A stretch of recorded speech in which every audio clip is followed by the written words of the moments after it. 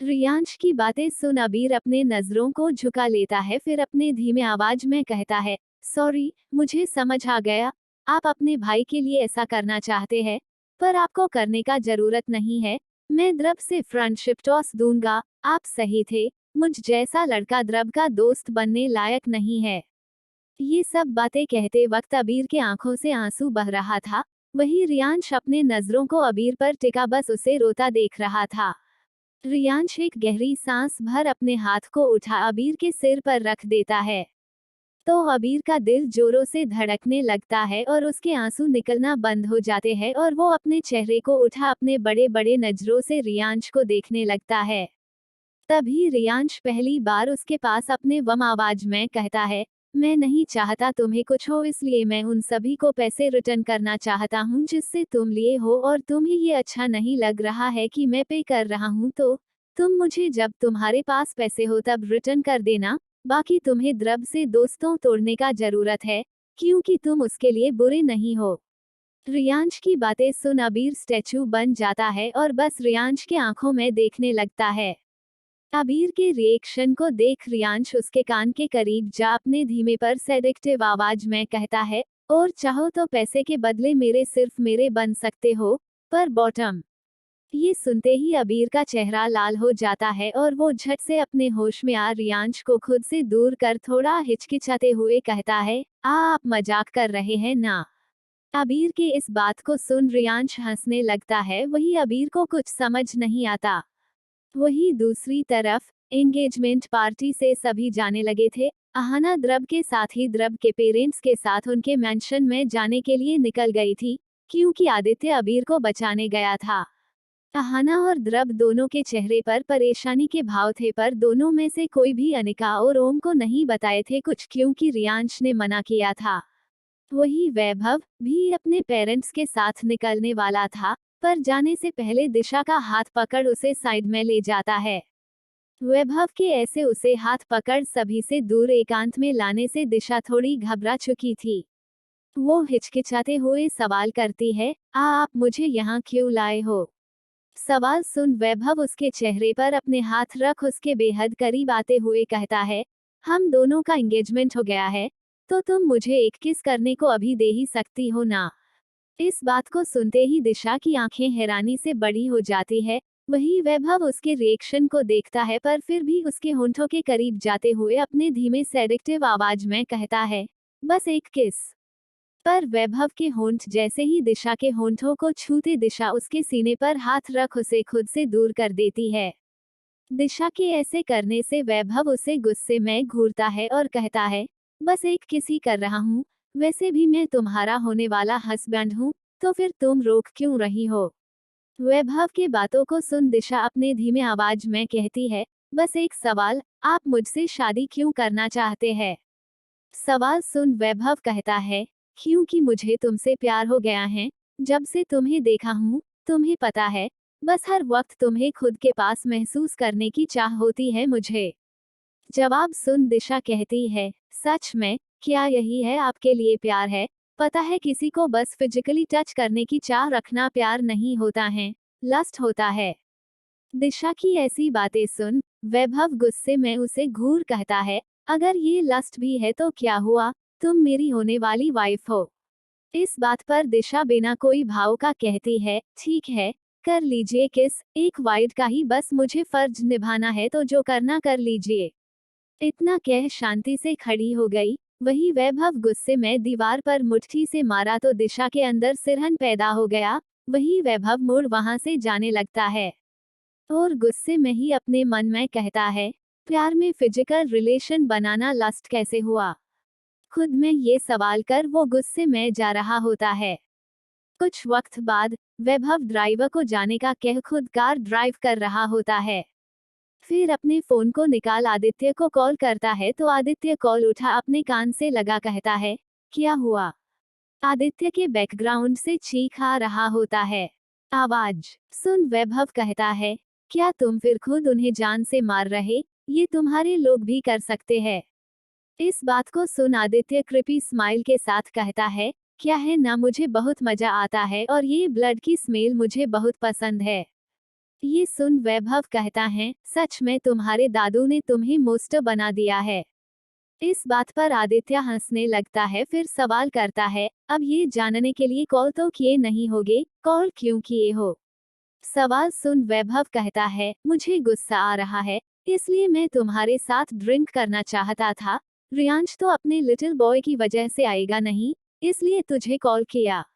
इस बात को सुन आदित्य कहने को था, ठीक है वो आ रहा है, पर उसे जय का याद आया, वो इसका अब तक खबर नहीं लिया था, वो कैसा है कैसा नहीं, फीवर कहीं फिर तो नहीं आ गया। आदित्य को कुछ ना कहता पा वैभव कहता है, तुम आ रहे हो कि नहीं? इस बात पर आदित्य कहता है, मुझे इसके बाद एक जरूरी काम है, क्या मैं कल तुम्हारे साथ ड्रिंक कर सुनूं? तुम एंगेजमेंट होने के बाद भी गुस्से में क्यों हो? आदित्य के ना आने का बात सुन वैभव का मूड और खराब हो गया, वो चिढ़ और गुस्से में ही कहता है, ठीक है, छोड़ दो मुझे अकेला। वही आदित्य सोच रहा था कि उसे वैभव के पास चले जाना चाहिए, पर तभी आदमी जो आदित्य के हाथ से चाकू ले उस पर पलट वार करने के लिए मूव करने को था, पर आदित्य का ध्यान उस पर चल जाता है, पर जैसे ही वो मूव करता आदित्य उसका गला काट देता है। वही बाकी के लोग जो अब तक बस घायल हुए थे आदित्य के आदमियों से, पर जैसे ही बिना किसी भाव का एक ही बार में गला काटते आदित्य को देखते हैं तो सबके चेहरे पर घबराहट छा जाता है। आदित्य के ना आने का बात सुन वैभव का मूड और खराब हो गया, वो चिढ़ और गुस्से में ही कहता है, ठीक है, छोड़ दो मुझे अकेला। वही आदित्य सोच रहा था कि उसे वैभव के पास चले जाना चाहिए, पर तभी आदमी जो आदित्य के हाथ से चाकू ले उस पर पलट वार करने के लिए मूव करने को था, पर आदित्य का ध्यान उस पर चल जाता है, पर जैसे ही वो मूव करता आदित्य उसका गला काट देता है। वही बाकी के लोग जो अब तक बस घायल हुए थे आदित्य के आदमियों से, पर जैसे ही बिना किसी भाव का एक ही बार में गला काटते आदित्य को देखते हैं तो सबके चेहरे पर घबराहट छा जाता है। फिर आदित्य खड़ा हो कॉल पर बात कर रहे वैभव से कहता है, सॉरी वैभव, पर सच में आज बहुत जरूरी काम है। आदित्य सॉरी बहुत ही कम बोलता था, आज वो सॉरी कहता है तो वैभव हैरान हो जाता है और समझ जाता है, जरूर कुछ जरूरी काम होगा। तो वो भी ठीक है कह देता है, फिर कॉल कट हो जाता है। कॉल कट होने के बाद आदित्य अपने लोगों को आगे का संभालने का कह वहां से निकल जाता है। आदित्य ने अपना कार ड्राइवर से लाने को कह दिया था, अपने कार के पास जैसे ही आता है तो ड्राइवर कार का दरवाजा खोलता है, फिर आदित्य कार के अंदर जा बैठ अपने कपड़े बदलने लगता है। आदित्य एक सेट एक्स्ट्रा कपड़ा हमेशा कार में रखता था।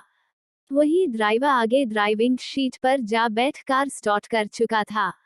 वही दूसरी तरफ जय का फीवर उतर गया था, पर उसे अब भी अच्छा महसूस नहीं हो रहा था, पर क्यों उसे समझ नहीं आ रहा होता है।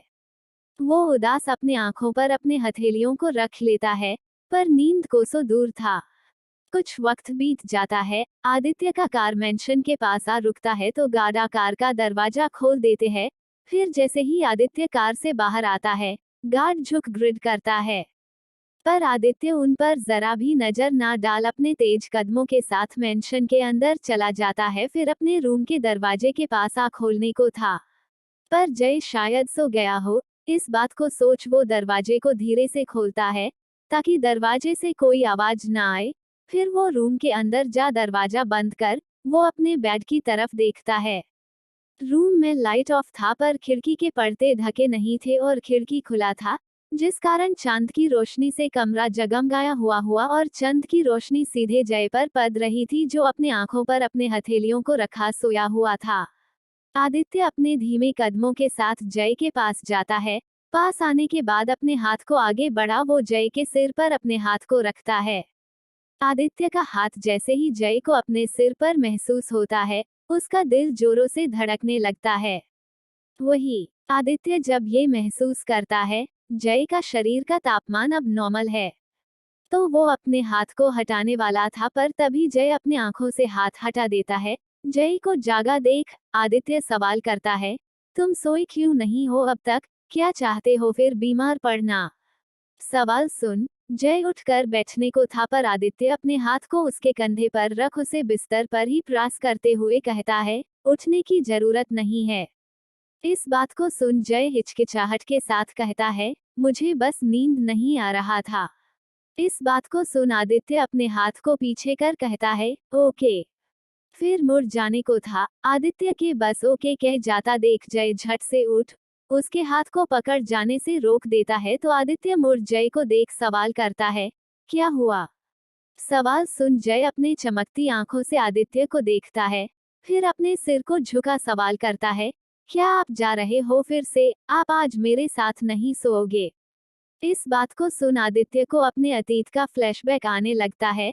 जब भी वो अपने पप्पी को छोड़ जाने को होता तो वो उसके पेंट को अपने दांतों में दबोच उसे जाने से रोकते हुए उसे ऐसे ही नजर से देखता था। वो पल याद आते ही आदित्य कहने को था, नहीं जाने वाला वो।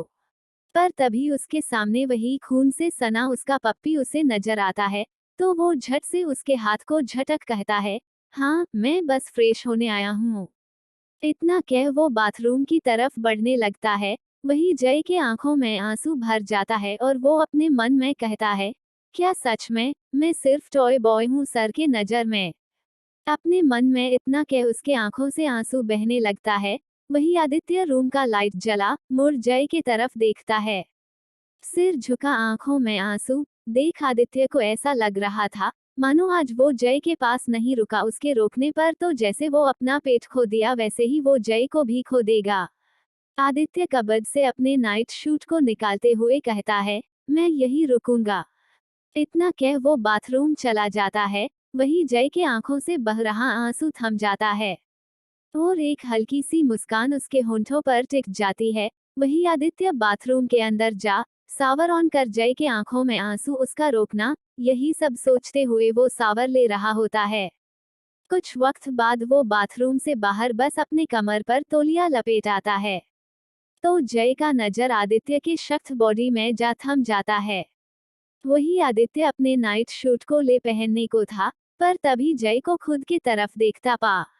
वो जय के पास जाने लगता है। आदित्य के खुद की तरफ आते कदम को देख जय का चेहरा गुलाब के पंखुड़ियों की तरह लाल हो चुका था। आदित्य जय के पास आ अपने नाइट शूट को जय के तरफ फेंक अपने सेडेक्टिव आवाज में कहता है, लगता है तुम मुझे पहनाना चाहते हो। आदित्य की इस बात को सुन जय का चेहरा और लाल हो जाता है और वो झट से कहता है, नहीं नहीं। इतना कह वो अपने चेहरे को झुका लेता है। जय की क्यूट हरकत को देख आदित्य के होंठों पर मुस्कान छा जाता है और वो उसके करीब जा उसके चेहरे की चीन पर अपने दो उंगली को रख उसके चेहरे को ऊपर कर उसके आंखों में देखते हुए कहता है, पर मैं अब चाहता हूँ तुम मुझे कपड़ा चेंज करने में हेल्प करो। आदित्य के करीब आ ये सब कहने से जय का दिल मानो बाहर आ जाए, उसे ऐसा महसूस हो रहा था। वो अपने लाल चेहरे और बड़े बड़े नजर से आदित्य को बस देखने लगता है। जय को ब्लश करता और उसके आंखों में इतने शर्माते हुए देखता देख आदित्य को खुद पर कंट्रोल नहीं हो रहा था। वो उसके होंठों के करीब जा अपने होंठ टिका उसे प्यार से किस करने लगता है। किस करते हुए वो उसे बेड पर करने को था, पर उससे दूर हो अपने आगे आए बाल को पीछे धकेल अपने मन में कहता है, अभी ये बीमार है, मुझे खुद पर कंट्रोल रखना चाहिए। अपने मन में वो इतना कह रहा होता है कि तभी जय उसके कंधे पर अपने हाथ रख उसके गोद में आ अपने होंठों को उसके होंठों पर टिका उसे किस करने लगता है। जय का किस बहुत बेकार था। वो बार बार आदित्य के होंठों को काट ले रहा था, पर आदित्य हैरान था जय को खुद से मूव करता देख। आदित्य उसे खुद से दूर कर उसके तरफ देखने लगता है तो जय घबरा जाता है। फिर अपने चेहरे को नीचे कर हिचकिचाते हुए सवाल करता है, क्या आपको बुरा लगा? सॉरी। इस बात को सुन आदित्य अपने मन में कहता है, क्या ये इडियट है? इसे नजर नहीं आ रहा मैं खुद पर कंट्रोल कर रहा हूँ, पर ये ऐसे ही मेरे पास आता रहा तो मैं अपना कंट्रोल खो सकता हूँ। अपने मन में इतना कहने के बाद वो गहरी सांस भर कहता है, बस मैं बीमार इंसान को दर्द पहुंचाने से खुद को रोक रहा हूँ, पर मुझे उकसाओगे तो मैं रुकूंगा नहीं। शुरुआत में जय को समझ नहीं आता है, पर आदित्य बेड से नीचे जा अपने टोलियों को कमर से हटा नाइट शूट पहनने को होता है। तब आदित्य के शरीर को देख जय समझ जाता है और झट से अपने चेहरे को झुका लेता है। वही आदित्य अपने कपड़े बदल सवाल करता है, तुमने डिनर किया?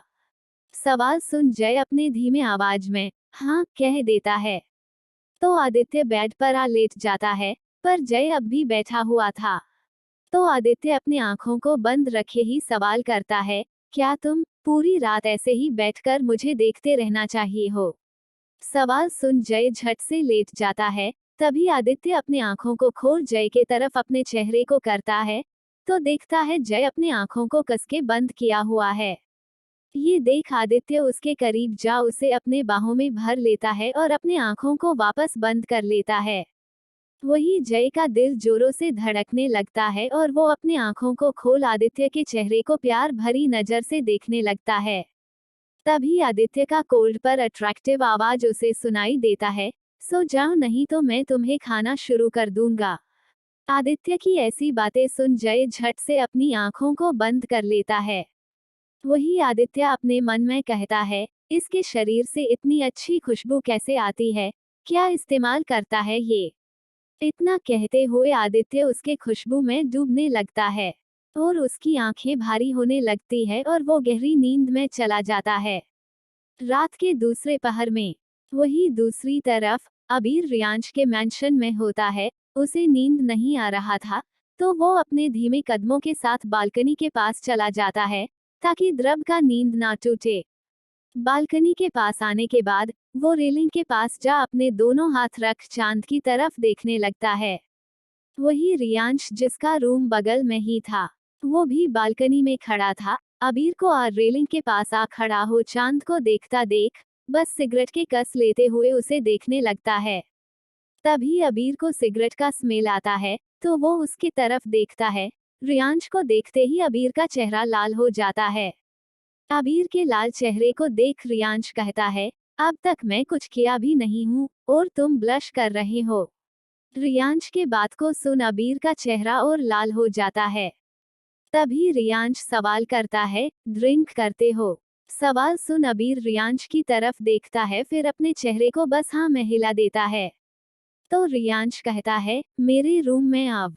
इस बात पर अबीर हैरान हो जाता है। वही रियांश अपने रूम के तरफ जाते हुए ही कहता है, जल्दी, मुझे वेट करना पसंद नहीं है। इतना कह वो चल जाता है। वही रियांश के जाते ही अपने लाल होते चेहरे पर अबीर झट से हाथ रख खुद में कहता है, क्या मैं सपना देख रहा हूँ? उफ, ये सब सोचने का वक्त नहीं है, मुझे जाना चाहिए।